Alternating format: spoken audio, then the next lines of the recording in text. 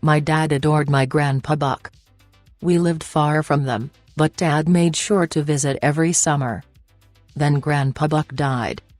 Dad found out over the phone and broke down into tears. I was 16 at the time, and I'd never once seen him like that. I should have hugged him, but I went into my room and cried too. The funeral was packed. I have tons of family. Everyone was really emotional. Everyone except Grandma. After the eulogy, she asked to be alone with Grandpa Buck's body.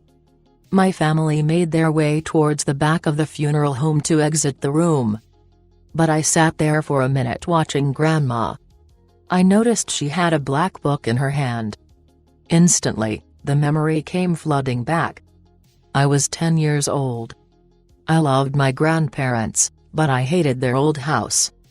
It was a rickety, creaky old Victorian-style home. It stood at the end of a long drive, a dull ash-gray color, like a damp tomb.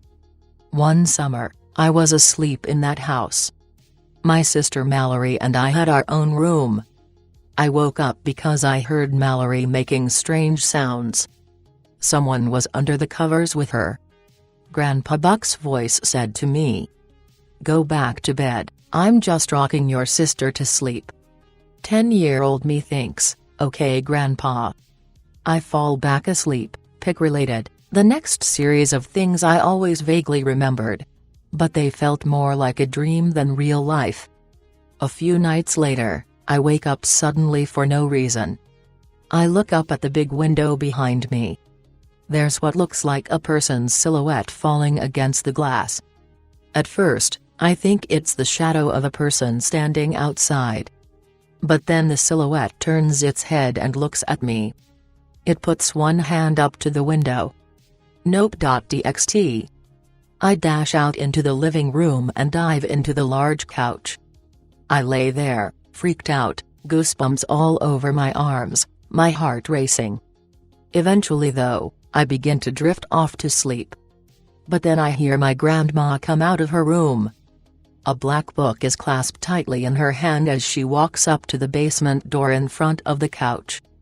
I watch her shuffle quickly down into the basement. She didn't even see me. A minute later, I hear her whispering down there. I can make out a faint glow down there, flickering, like the light of a candle. I'm about to walk over when suddenly I hear a loud whoomph. It's the sound of tossing a match onto something that's been doused in lighter fluid. Grandma's voice gets louder, and I hear her repeat something, maybe 4 or 5 times. Can't understand a word of it though. Scared Peppy.jpg. Soon Grandma comes shuffling up the stairs. She freezes when she sees me.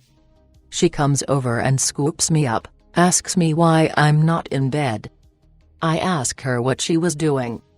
She shushes me. I ask her what that black book is. She tells me it's nothing.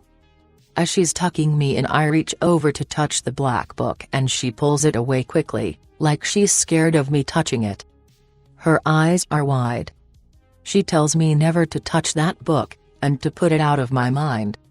Okay Grandma, this specific memory came rising back into my mind as I watched Grandma standing over Grandpa Buck's casket. She held the black book tight in her hands.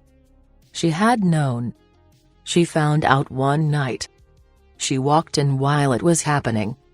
Grandpa Buck leapt out of bed when he heard her come in. Her whispers were fierce. "What's this? What's this? What's going on?" Grandpa Buck grabbed Grandma and smacked her across the face hard. He told her to shut up. "You want to wake up that child?" he said, pointing to me. Grandpa Buck pulled her out of the room, and I heard their bedroom door close. Soon, I was asleep. Next morning, I go to the kitchen and see Grandma making pancakes. Everyone else is still in their rooms. I asked her what happened the night before and she puts her finger to her lips. Her eyes shoot a panicked glance over at the bedrooms and she comes over and hugs me. "I'm going to take care of it, child," she said. "Just put it out of your mind." Again, retarded little 10-year-old me thinks, Okay Grandma, and I forget about it, a couple of nights after I saw Grandma come out of the basement. I wake up suddenly and look up at the window. There's the same silhouette as before, only now it has little white circles where a person's eyes would be. This time I don't feel scared for some reason. Then Grandpa opens the bedroom door. He creeps in. But before he gets to Mallory's bed I hear him choke. He puts his hand up to his throat and makes a sound like he's retching. His feet start coming up off the floor and he's standing on his tippy toes, moving backwards towards the bedroom door. His eyes are bulging, looking over at me, and his fingernails are scraping at the wall, like he's trying to claw his way out. He falls out through the open door and into the hall, gasping for breath. My dad comes out of his room.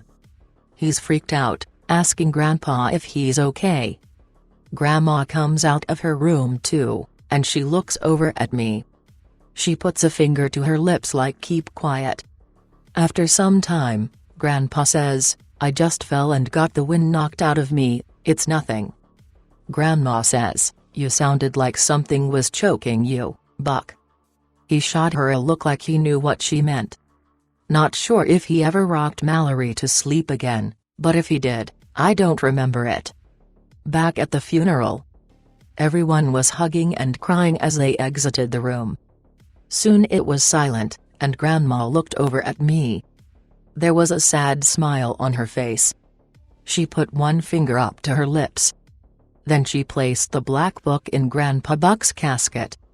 I still have no idea what it was. Fuck Grandpa Buck.